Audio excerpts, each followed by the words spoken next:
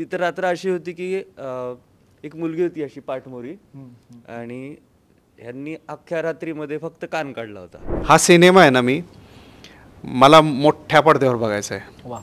तो म्हणला मी तुला लहानपणापासून बघितलंय रे, आपण दिवस कसले काढलेत, तू आता कुठल्या लेवलला आहे. ती म्हणते तू हिरो झाला रे.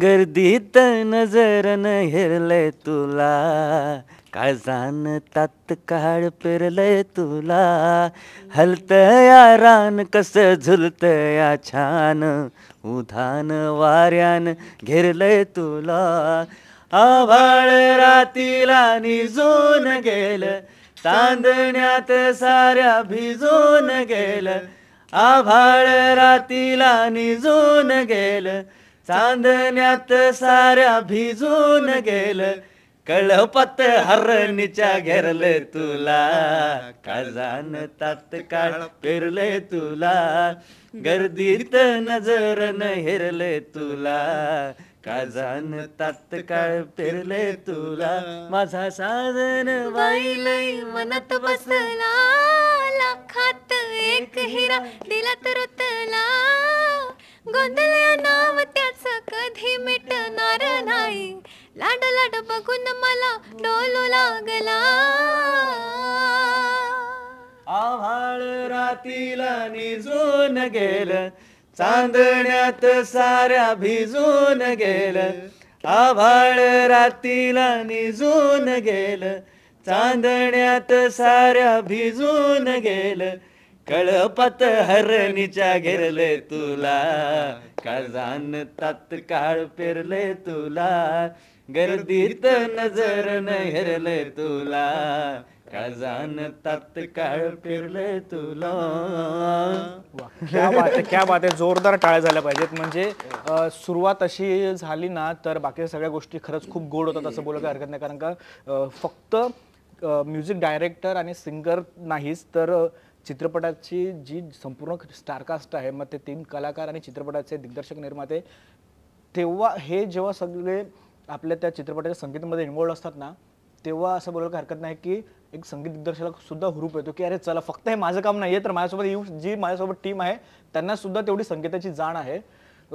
सजना चित्रपट आपल्या भेटीला येतोय आणि त्याच सजना चित्रपटातील संगीत टीम आणि दिग्दर्शक आणि आपले 3 गोड नवोदित कलाकार, बोलण्यापेक्षा मित्र बोलून की 3 कलाकार, नवोदित वगैरे आता तो नवोदित असा हा शब्द आहे ना तो आता जरा बाजूला टाकूया. 3 कलाकार आपल्या आज भेटीला आहेत, आपल्या सोबत आहेत. इंटरव्ह्यू नको, गप्पा मारूया फक्त आपण.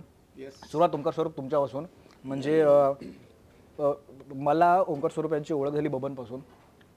बबन चित्रपटातली तुमची गाणी म्हणजे कसं ना की भाई ह्या माणसाचा आवाज ना फक्त ऐकायला नाही आवडत, तर ना त्याचे जे शब्द असतात किंवा त्याची जी लाईन वगैरे किंवा त्याची जे टोन असतो ना तो सगळं अजूनपर्यंत आमच्या मनामध्ये घर केला आहे.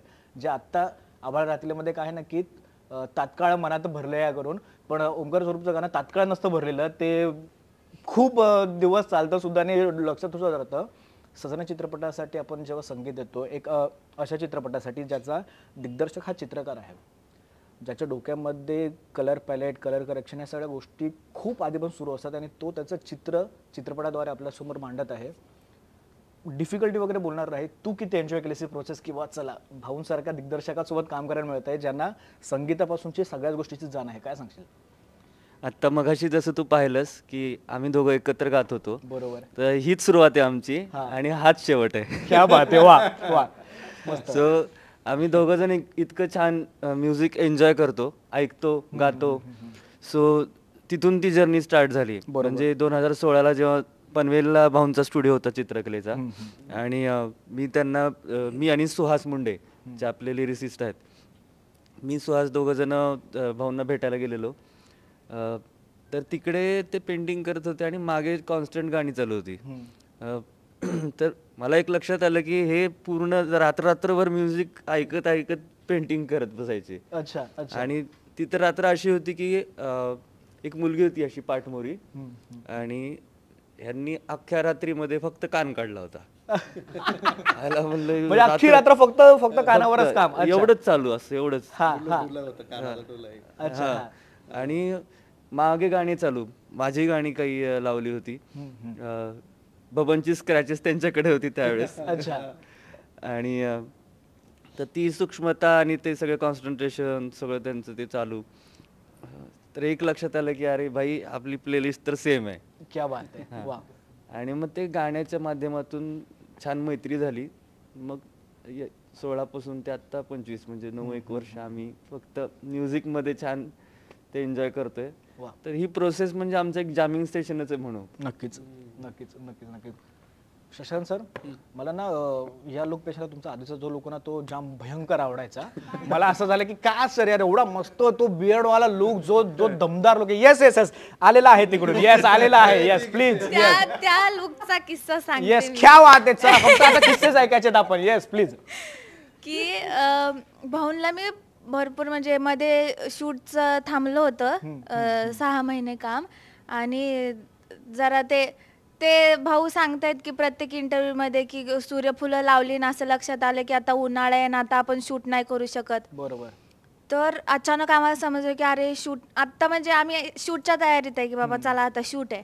आणि अचानक भाऊनी सांगितलं की नाही 6 महिने शूट बंद आहे. आम्ही सगळे टेन्शनमध्ये 6 महिने कसं होईल ना होईल, फिल्म होणार आहे का नाही, ह्या टेन्शनमध्ये सगळे.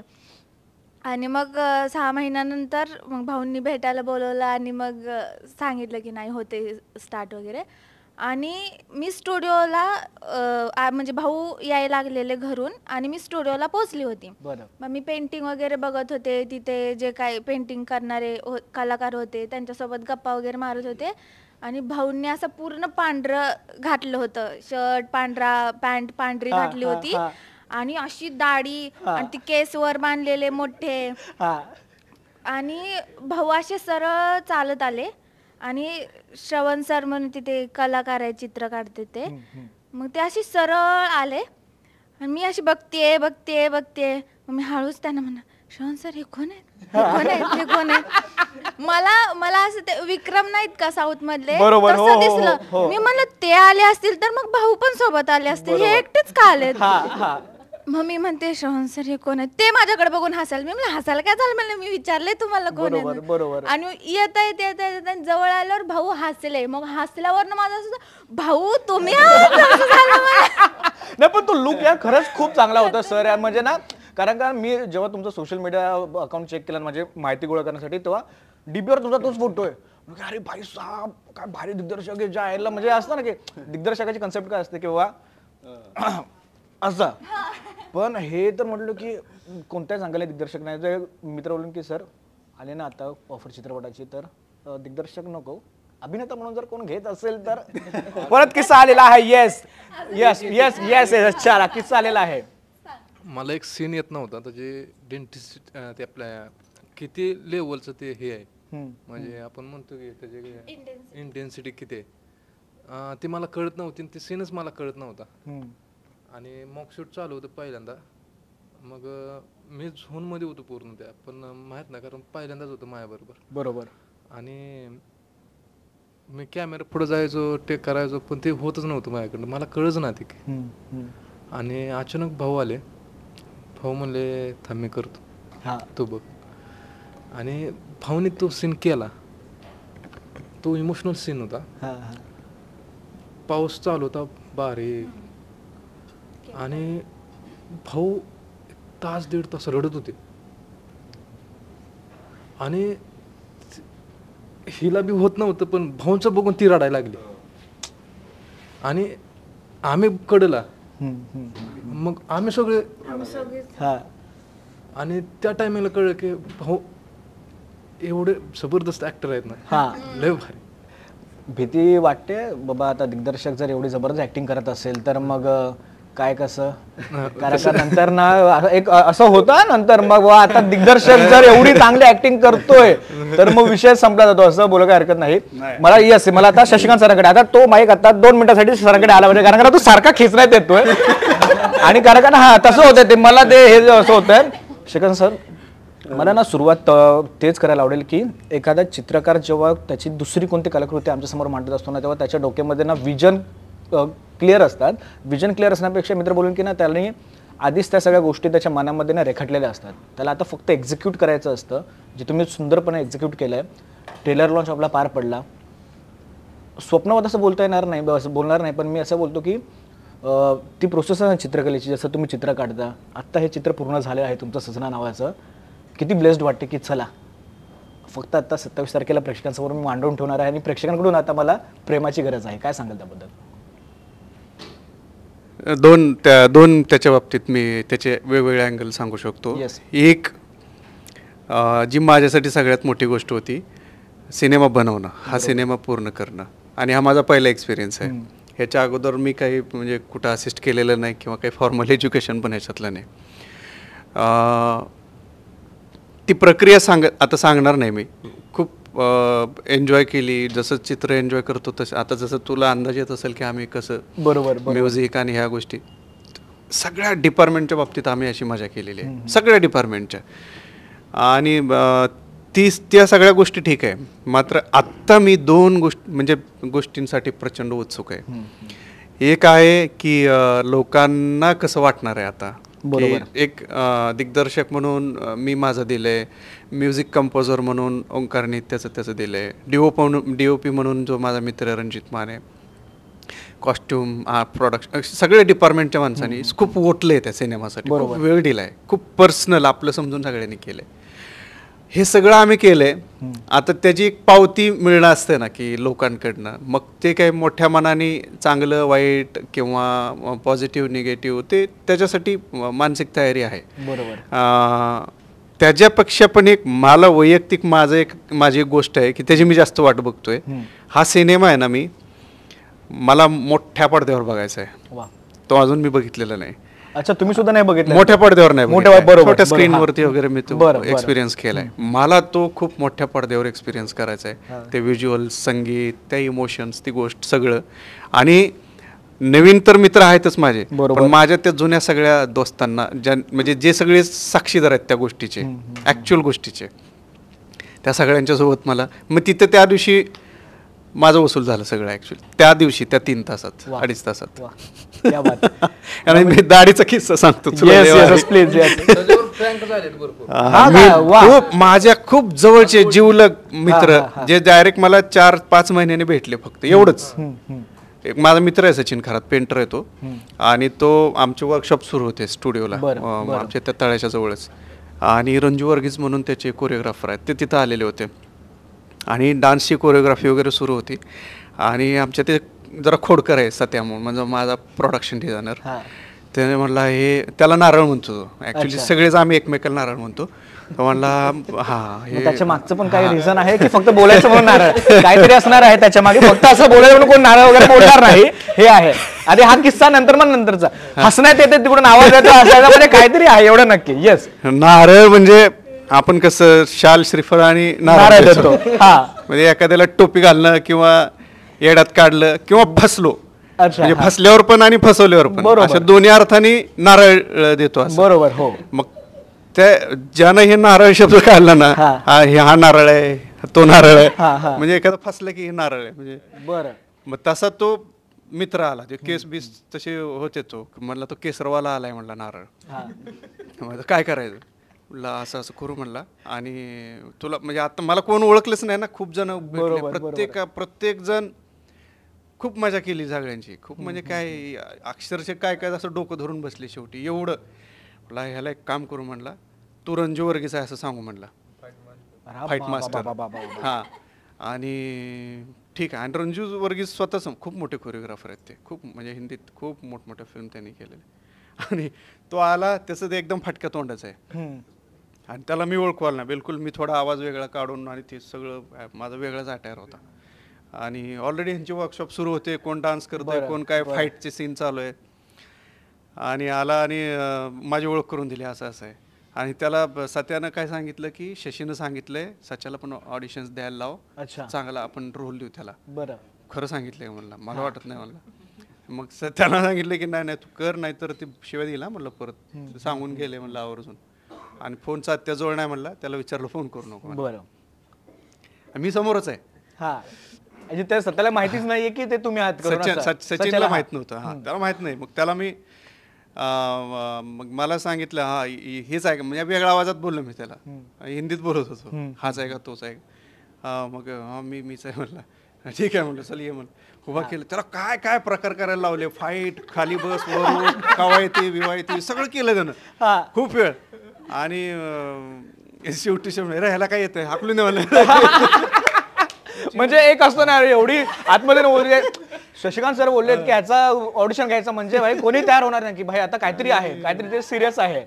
ते एकदम असं खचला, ते असतानाच तो त्याला तसं तो खूप हे ॲटिट्यूड बिटिट्यूड आहे, त्याला एवढं हे झाल्यामुळे तो एकदम खचला, बाजूला जाऊन बसला. सगळे हसायला लागले, त्यामुळे त्याला जरा डाऊट यायला लागला काहीतरी. तरी त्याला कळलं नाही, तरी सुद्धा नाही. शेवटी सांगितलं शशी म्हणल्यावर मग तो अक्षरशः अर्धा एक तास तरी एकटाच हसत होता बाजूला. असे दाढीचे किस्से असं. आता हे वेगळीकडे चाललंय, पण त्या शूटिंगच्या त्या 3 वर्षाच्या काळात ना अशा खूप काही गोष्टी भारी भारी किस्से घडलेले. क्या बात आहे. नाही मी का बोललो माहिती आहे का, कारण का ना सुरुवात जर अशी धमाल असेल ना तर चित्रपट 3 वर्षाचा कालावधी असू दे, 1 वर्षाचा असू दे किंवा तो 6 महिन्याचा असू दे, अशी जर कास्ट असेल ना, अशी जर टीम असेल ना, सपोर्टिव्ह टीम, तर तो 3 महिन्याचा 6 महिन्याचा कालावधी सुद्धा खूप छोटा वाटतो आणि खरंच खूप चांगली कलाकृती प्रेक्षकांसमोर होते. मला राजेश्वरी तुला विचारायला आवडेल की ओमकार स्वरूप सारखं संगीत दिग्दर्शक ज्याचं गाणं आपण सगळ्यांनी ऐकलेलं आहे, ज्याची सगळी गाणी आपण खरंच खूप चांगल्या पद्धतीने लूपवर ऐकत एन्जॉय सुद्धा करतो, सोनू निगम सरांचा आवाज, त्यांची असणारी साथ, तुला किती ब्लेस्ड वाटतं की जसं शशिकांत सर बोलले की माझे 2 स्वप्न आहेत, चित्रपट बनवणं हे जर पूर्ण झालं, 2 स्वप्न म्हणजे मला पूर्ण मोठ्या स्क्रीनवर बघायचं आणि माझ्या सगळ्या मित्रमंडळीसोबत बनायचं आहे. किती ब्लेस्ड वाटतं. आता चला उतरायचं आहे, आता झालेलं आहे, आता फक्त प्रेक्षकांसमोर जायचं आपल्याला. येस, तसं माझं एकच स्वप्न होतं की प्लेबॅक सिंगिंग करायचंय आणि सोनू निगम यांच्यासोबत गायला मिळालं हे तर चेरी ऑन द टॉप होतं. कारण कोणत्याही सिंगरला असं स्वप्न असतं की बाबा यांच्यासोबत मला कधीतरी काम करायचंय आणि ती संधी मला खूप लवकर मिळाली.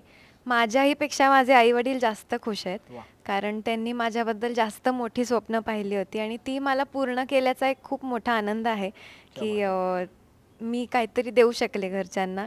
त्यांनी जर इतके माझ्यावरती कष्ट केलेत कायम, तर मी त्यांना रिटर्नमध्ये थोडंसं काहीतरी दिलं, याचा आनंद आहे. आणि ओमकार स्वरूपची गाणी आपण पहिल्यापासूनच ऐकत आलो आहे आणि आमची पूर्वीपासून मैत्री आहे, त्यामुळे मी स्वतःसुद्धा त्याच्या आवाजाची आणि संगीताची खूप मोठी फॅन आहे. सो मला कायम असं होतंच की ओमकारची गाणी कधीतरी गायला मिळावी. तर या चित्रपटात निमित्ताने मला ती गाणी गायला मिळाली. 4 गाणी या चित्रपटातली गायली आहेत आणि बॅकग्राऊंड म्युझिकमध्ये देखील माझा सहभाग आहे. तर माझं ड्रीम कम ट्रू आहे. क्या बात आहे. वा. मला ओमकार तुम्हाला विचारायला आवडेल की एक असतं ना की जेव्हा एखादा संगीत दिग्दर्शक किंवा संगीतकार गाणं बोलून जातो, तर ते गाणं बोलल्यानंतर ते कशा पद्धतीने व्हिज्युअलाइज होतं ना, ते सुद्धा तेवढंच महत्त्वाचं असतं. कारण का फक्त जरी BGMला आपला गाणं असलं तरी ते BGM कोणत्या सीनसाठी यूज होणार आहे किंवा आपल्या गाण्यांवर कशा पद्धतीने ते व्हिज्युअलाइज होणार आहे ते सुद्धा तेवढंच महत्त्वाचं असतं. आणि ते संगीत दिग्दर्शकाला सुद्धा त्याच्याबद्दलची एक हाव असते की अरे एवढं गाणं चांगलं तर झालं, पण आता ते दिसणार कसं आहे. मला शशिकांत सरांचं विजन तुझ्या तोंडातून ऐकायला आवडेल की जसं बोललास, मी सुरुवातीला बोललो की चित्रकार जेव्हा एक कलाकृती मांडतो ना, तर त्याचे पूर्णपणे छटा आपल्याला बघायला मिळतात. गाणं तर खरंच खूप सुंदर आपली झालेली आहेत. 8 गाणी आहेत सर बरोबर एकूण चित्रपटामध्ये. व्हिज्युअलाइजच्या हिशोबाने एक प्रेक्षक म्हणून तुला तुझी गाणी कशी वाटतात बघताना? मला वाटतं की आत्तापर्यंत माझी गाणी सर्वात सुंदर शूट केली असेल तर ह्या माणसाने केली. नक्कीच, कारण की व्हिज्युअल आर्टिस्ट असल्यामुळे एक नजर आहे आणि मला ब्रीफिंग इतकं सुंदर होतं प्रत्येक गाण्याचं की त्यावरती आधी काय सीन घडतोय, नंतर काय सीन घडतोय, गाणं शूट कसं होणार आहे, एक ना एक सीन त्याचं ब्रेकडाऊन केलं होतं, त्याचं पेपरवर्क केलेलं होतं. मला वाटतं जवळपास 4 ते 5 महिने ब्रेकडाऊन चालू होतं. सो त्या गाण्यांच्या ब्रेकडाऊनला सुद्धा मी असायचो आणि जवळपास 30-40 जणांची टीम त्यासाठी तिथे एकत्र राहून ते काम करत होती. सो व्हिज्युअली ते तुम्हाला जे दिसतंय तर ते इतकं बारकाईने काम केलेलं आहे प्रत्येकाने आणि कॅप्टन ऑफ द शिप सरांनी ते व्यवस्थित सगळं त्यांचं जे काही व्हिज्युअल आहे ते सगळ्यांना समजून सांगितलंय, त्यामुळे सगळ्यांना ती दिशा मिळाली, म्हणून आपल्याला ते आता पाहायला एवढं सुंदर दिसतंय. नक्कीच नक्कीच नक्कीच. कलाकारांना मी आता विचारेन, पुण्यामध्ये आपला टेलर सोहळा पार पडला, खरंच खूप चांगल्या पद्धतीने पार पडला. सोशल मीडियावर आम्ही सुद्धा तो बघितला, फेसबुक लाईव्हच्या दरम्यान वगैरे. डोळ्यात पाणी येतं की जेव्हा 3 वर्षाची मेहनत आपण सगळं करतो आणि तो टीजर, गाण्याच्या रील्स वगैरे असतील सोशल मीडियावर शेअर होणं वेगळं असतं आणि सगळ्या प्रेक्षकांसमोर ट्रेलर आपला रिलीज होतं, त्या ट्रेलरमध्ये आपण दिसतोय. किती ब्लेस्ड वाटत. आणि भावनिक क्षण असतातच असे, पण काय सांगाल आत्ता कशी फिलिंग आहे? आत्ता पण तशीच फिलिंग आहे, जसं ते ट्रेलर बघितला आणि कधी असं वाटलंच नव्हतं बरं का मला तर मी एवढ्यावर येईल किंवा माझी फिल्म होईल. कारण मी लहानपणापासून बरेच कलाकार आणि ॲक्टर्स, हिरो हिरोईनना बघत आलो टी व्हीवर, थिएटरला हे ते. आणि मी कधी असं विचार पण केला नव्हता की बाबा आपण एक दिवशी असं येईन इथं. भाऊने विश्वास ठेवला त्या गोष्टीचा, चान्स दिला, त्या गोष्टीचं सोनं करायचं ठरवलं. आणि मी आज पडद्यावर बघते मी स्वतःला, तर मी ज्यावेळेस ट्रेलर बघितलं त्यावेळेस माझ्या डोळ्यात पाणी आलं. भाऊक झालतो मी. ट्रेलर बघून झाल्यानंतर वडिलांना फोन केला, वडील पण भाऊक झाले. आणि 2 दिवसांनी माझ्या मित्राचा फोन आला, त्यानं ट्रेलर बघितलं. मी त्याला सांगितलं नव्हतं ट्रेलर बघ म्हणून. अच्छा. आणि तो पण रडत होता. तो म्हणला मी तुला लहानपणापासून बघितलंय रे, आपण दिवस कसले काढलेत, तू आता कुठल्या लेवलला आहे. ती म्हणते तू हिरो झाला रे. मी म्हणलं हिरो नाही रे, माझ्यासाठी तो पहिल्यांदा आहे. बऱ्याच गोष्टी आहेत त्या की आयुष्यात पहिल्यांदा घडते, त्यामुळे भारी वाटते. ह्यासाठी सगळ्यांनी साथ दिली भाऊने. म्हणजे थोडक्यात म्हणा गेलं तर एक मोठा भाऊ, बरोबर, मित्र, बरोबर, तशी त्यांची साथ आहे माझ्या पाठीवर. आणि आयुष्यभर मला माहिती आहे की ते त्यांचा खंदा माझ्यासाठी नक्कीच नक्कीच नक्कीच असणार आहे, नक्कीच असणार आहे. मला तुम्हाला विचारायला आवडेल की एक जे पहिलं असतं ना, की कोणतीही गोष्ट जेव्हा आपण पहिली करतो तर ती आपल्याला शेवटपर्यंत लक्षात राहते. कोणत्याही पहिल्या दिग्दर्शकाने मला त्याच्या चित्रपटामध्ये घेतलं किंवा एका दिग्दर्शकाने मला घेतलं त्याचा पहिला चित्रपट करताना, तर तो दिग्दर्शकासाठी ती गोष्ट खरंच खूप जवळची असते, कलाकारांसाठी सुद्धा खूप जवळची असते. कारण का पहिलंच दिग्दर्शकीय काम आणि त्याच्या दिग्दर्शकांना त्याच्या दिग्दर्शनाखाली आम्ही कलाकार म्हणून काम करतोय. काय सांगाल एकंदरीत सगळी प्रोसेस तर मी नाही विचारणार, कारण का खूप ठिकाणी तेच प्रोसेस ते खूप झालं आहे. पण आता स्वप्नवत पण झालं आहे असं बोलायला काही हरकत नाही. नवोदित कलाकार मी हा शब्द तुम्हाला नाही वापरणार, कलाकाराचा हा शब्द वापरेन मी तुम्हाला. आता असं चल रे, तुला काय माहिती आहे मी कोण आहे माहिती आहे का, असं आता येते का फिलिंग अशी थोडीफार येतेच यार, असं होतं का? नाही तशी वाली नाही येत आहे, कारण अजून भरपूर शिकायचं आहे, अजून भरपूर चॅलेंजिंग कामं करायची आहेत. तसं वाली नाही येत आहे फिलिंग, कारण माहिती आहे कुठल्या परिस्थितीमधून ही फिल्म केली आहे आणि आधी काय होतं आणि नंतर काय झालंय. म्हणजे एक तर मी शेतकऱ्याच्या घरातली मुलगी आहे आणि शेतकरी कुटुंबात वाढलेली आहे, तर शेतामध्ये कामं करणं असेल, फवारणी वगैरे नाही, असं शेतकऱ्याची म्हणल्यानंतर असं प्राऊड फील होतं. म्हणजे असं शहराकडच्या लोकांना सांगितलं नाही शेतकरी आहे तर त्यांना भारी वाटतं, पण जी ॲक्च्युअल परिस्थिती आहे ना ती लय वेगळी आहे. म्हणजे की जॉब करणाऱ्यांना कसं माहीत असतं की फिक्स बाबा महिन्याचं पेमेंट येत आहे, बरोबर. पण शेतकऱ्याचं तसं नसतं. किती काबाड कष्ट केलं तरी पाऊस आला आणि सगळं केलं तर खर्च पण निघत नाही. बऱ्याच वेळा तर असं होतं की खर्च पण निघत नाही जेवढा केला तेवढा. तर ती परिस्थिती वेगळीच आहे. त्याच्या बाबतीत जास्ती नाही बोलणार, पण माझ्या घरच्यांना माहिती आहे कुठल्या परिस्थितीमध्ये आपण आहात. आणि जेव्हा आता ती बघते ती ट्रेलर म्हणा किंवा गाणी म्हणा, तर त्यांना भारी वाटते की बाबा, म्हणजे एक मी तसं तर शूटच्या म्हणजे वर्कशॉप वगैरे जेव्हा मी ऑडिशन दिलं ना तेव्हा लय वेगळी होती. म्हणजे एवढी केस बारीक अशी होती मी. आणि मला बऱ्याच वेळा असं प्रश्न पडायचा की भाऊ, म्हणजे आपल्या डोक्यामध्ये कसं असतं हिरोईन म्हणल्यानंतर लांब केस, चांगले, गोरी, नाका डोळ्यांनी छान, उंची बिंची अशी मस्त, अशी आपल्या डोक्यामध्ये इमेज असते. आणि भाऊंची ऑडिशन दिल्यानंतर मी भाऊंची चित्र बघितली होती. त्या चित्रातल्या ज्या स्त्रिया होत्या एकदम सुंदर आणि त्यांचं दिसणं वगैरे सगळंच एकदम प्रॉपर, जसं सौंदर्याची आपण व्याख्या करतो ना तसं सगळं होतं. आणि मी तशातली म्हणजे बऱ्यापैकी नव्हती. तर मग मला असा प्रश्न पडायचा की का म्हणजे सिलेक्ट केला असेल. आणि भाऊंनी जेव्हा सांगायचे की बाबा ही हिरोईन आहे, तर बऱ्याच जण असे शॉकिंग व्हायचे की का बाबा हिला हिरोईन म्हणून घेतला असेल. तर मग जेव्हा मी भाऊंला विचारलं की असं का, तर ते म्हणले की परफेक्ट कोणच नसतं, आपण परफेक्ट बनायचं असतं. तर जी काही सुंदरता भाऊंनी माझ्यात बघितली आणि मी करू शकते बाबा असं त्यांना विश्वास वाटला, त्यांनी माझ्यावर तो विश्वास टाकला. आता ते किती सार्थ झाले ते भाऊंना आणि आता ते प्रेक्षकच ठरवतील. पण जी काही संधी दिली आहे भाऊंनी मला त्याच्याबद्दल मी खरंच कायम आभारी असेल त्या गोष्टीबद्दल. आणि त्यामागं सगळ्यात मोठं तर भाऊंचं कष्ट आहे आणि त्यांचं जे विजन आहे की बाबा वंदी कशी दिसली पाहिजे चित्रपटामध्ये.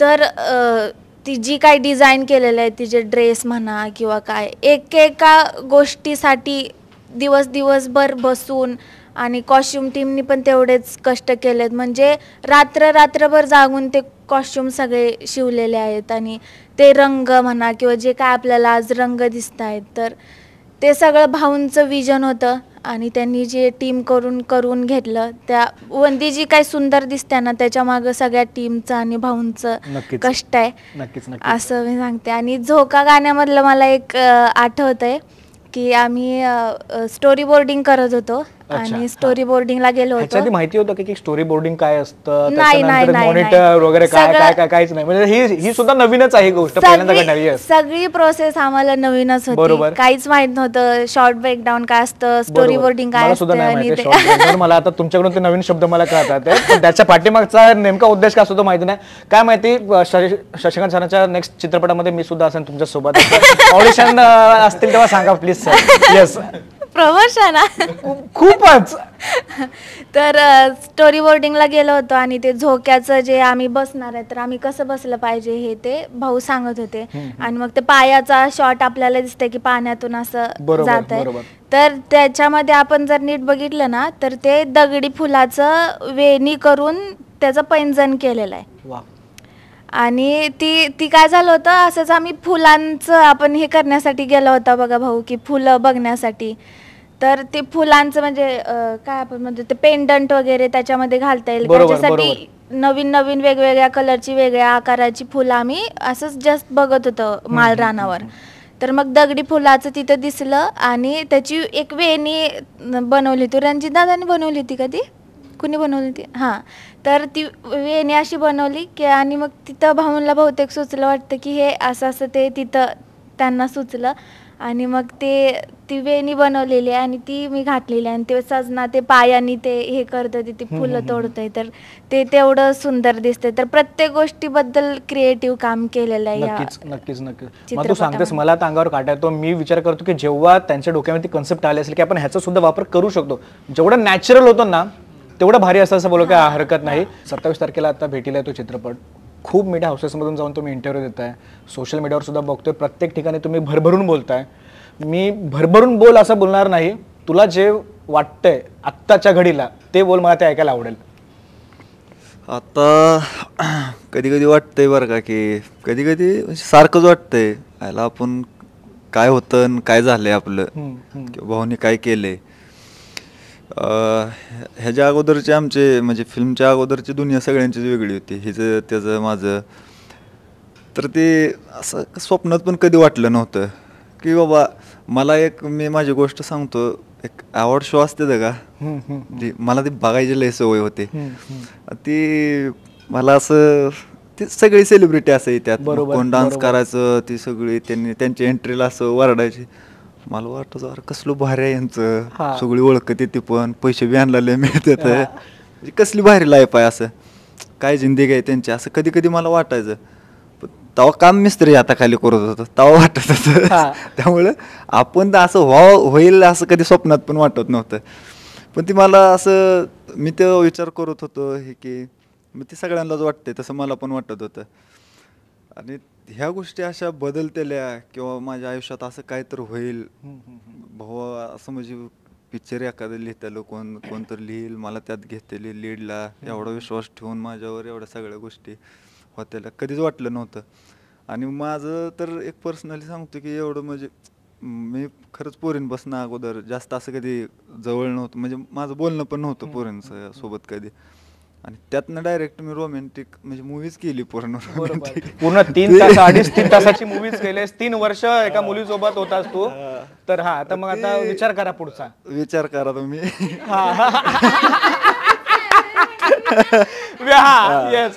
ऑलरेडी केलाय विचार सांगत नसेल असं पण गोष्टी की मी मला पहिल्यांदा जरा जडच चालले होते भरपूर की जेव्हा वर्कशॉपला आम्ही सगळेजण स्टुडिओला आलो सगळ्यांसोबत म्हणजे मिळून राहणं करणं ह्या म्हणजे ह्यांचं कसं जरा असं कॉलेज लाईफ हे ते असे जगलेले आहे ते म्हणजे मला असं काही जास्त माहिती नाही ते की बाबा सोबत मिळून राहायचं त्यात अजून पोरींसोबत राहायचं ते मला लयच हे व्हायचं मग स्टुडिओला मी म्हणलं की मला हिला बोलायला 3-4 महिने गेले बरोबर हिच्यासोबत बॉन्डिंग व्हायला मग आता आहे आता आहे आता खांद्यावर हात टाकणं वगैरे आहे की अजूनपर्यंत तरी नाही असं नाही आता झालं बॉन्डिंग चांगलं झाले सगळ्यांसोबतच चांगलं झाले पण त्या सुरुवातीला गोष्टी अशा व्हायच्या वर्कशॉपमध्ये हे ते भाऊ सांगायचे चला आता एक सीन आहे आपला आपण असं असं करू हा आता तुम्ही दोघं जवळ या किंवा खांद्यावर हात टाकून चाल खांद्यावर माझं धाड धाड धाड करायचं मला चांगलं आठवतंय तरी एक दिवशी असं म्हणलं होतं भाऊ उद्या करतो की म्हणलं मी असं बोल हे पण झालेलं का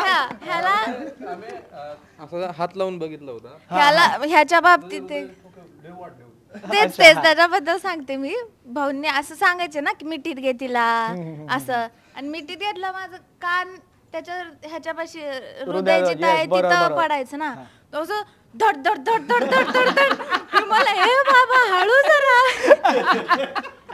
ह्यालाच इनोसन्स असं बोलता असं बोलत काय हरकत नाही अति इनोसन्स नाही नाही नाही ते तर पाहिजेच आहे बाबा मग ह्या गोष्टी व्हायच्या मला आणि मला चांगलं आठवते मी एक दिवशी म्हणलं होतं भाऊ उद्या करतो की म्हणलं अरे तसं नसतं म्हणले शूट लागल्यावर असं झाल्यावर कसं परत बरोबर उद्या करतो असं म्हणायला येत नसते परत म्हणलं मग सुरुवात ह्यातनं झालेली आहे आमचे सगळ्यांचीच मग बरं ते इमोशनल सीन असतील ऍक्शनचा असेल डान्स असेल किंवा रोमॅन्टिक सीन माझं झालं ते आता बाकीच्या सगळ्यांचं पण अशाच गोष्टी आहेत त्या की म्हणजे आम्ही काहीच नव्हतो ऍक्टर म्हणून आम्ही काहीच नव्हतो एवढ्या बेसिक गोष्टी शिकत आम्ही प्रयत्न केलाय आता चांगलं करायचं आता ते प्रेक्षक ठरवतले आम्ही काय केलंय कसं केलंय आणि भाऊ म्हणलेलं तसं जे काय फिल्म आता 27 जूनला रिलीज होते त्यानंतर जे काय प्रेक्षकांना चांगलं वाईट काय गोष्टी वाटतील त्या आम्ही खरंच मोठ्या मनानं स्वीकारू. क्या बात आहे. मला शेवट शशिकांत सर तुमच्याकडून करायला आवडेल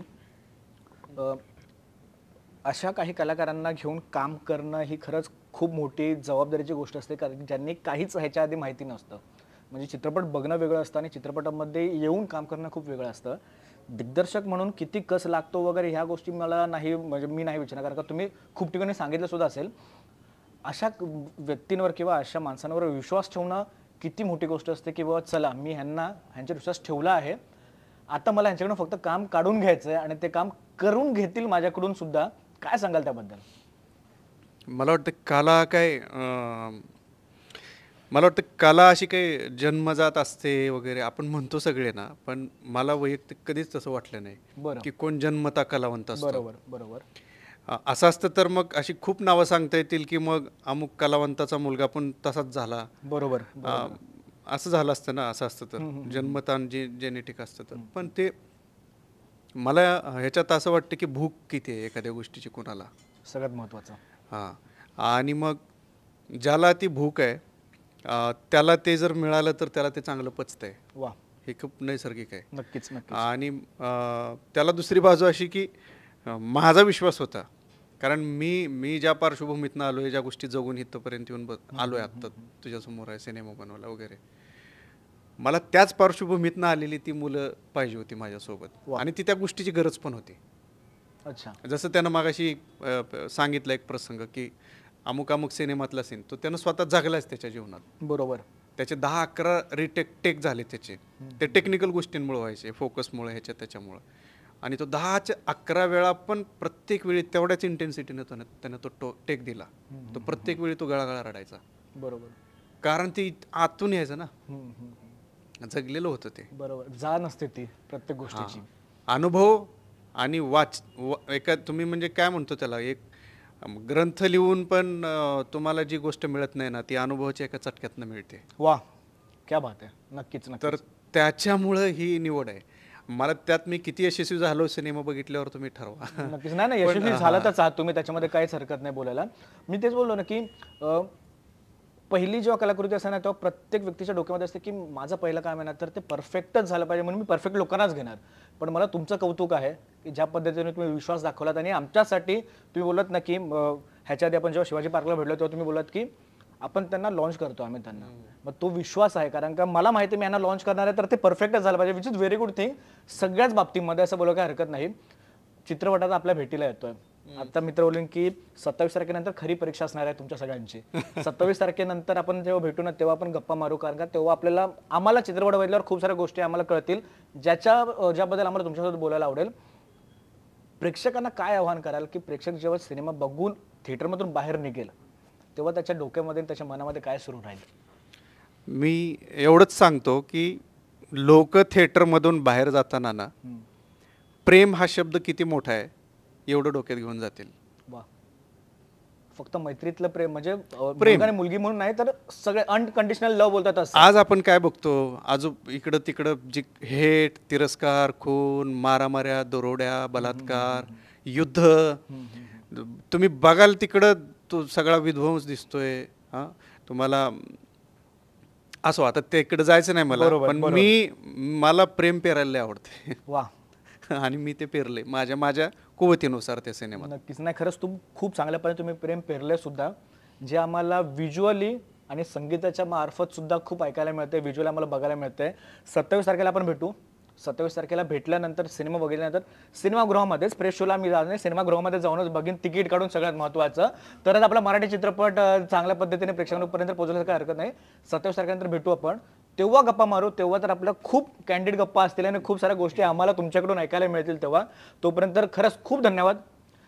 खूप नवा कोरा एक वेगळ्या छटा असणारा सिनेमा आमच्यासाठी घेऊन येतात त्याबद्दल, असे गोड कलाकार आमच्यासाठी घेऊन आले त्याबद्दल तुमचं अभिनंदन. आणि तुम्हाला पुढच्या सिनेमामध्ये वगैरे जर कोणी अभिनेता शशिकांत धोत्रे असं लावलं असेल तर ते सुद्धा आम्हाला बघायला आवडेलच. तर आता ती तुमची तेवढी ही असली पाहिजे, तेवढी तुमचं असलं पाहिजे की चला ठीक आहे आता घ्या, मला हरकत नाही, मी ऑडिशन द्यायला तयार आहे. तोपर्यंत खरंच धन्यवाद लेट्स सोबत गप्पा मारल्याबद्दल आणि तुमच्यासोबत तुमच्या संपूर्ण टीमला all the very best. Thank you. Social मीडियाच्या भाऊ गर्दीत विश्वासार्हतेने चकाकणारे नाव म्हणजे लेट्सअप मराठी. सगळ्या नागरिकांना ती स्पीच ती लेट्सअप वरील मुलाखती म्हणजे विचारांचा खजिना. त्यानंतरच्या निवडणुकीमध्ये मला सोडून गेले. बातम्या केवळ वस्तुस्थिती सांगणाऱ्या, न प्रोपगंडा, फक्त जनतेचा अजेंडा. क्योंकि आने वाला कल जाने वाला है, जाने वाला कल आने वाला है. राजकारण, मनोरंजन असो की क्रीडा क्षेत्र, महाराष्ट्राची स्पंदने संवेदनशीलतेने टिपणारे माध्यम म्हणजे लेट्सअप मराठी. जगासोबत एक पाऊल पुढे राहण्यासाठी लेट्सअपचे ॲप, सोशल मीडिया आणि वेबसाईट सोबत कनेक्टेड रहा.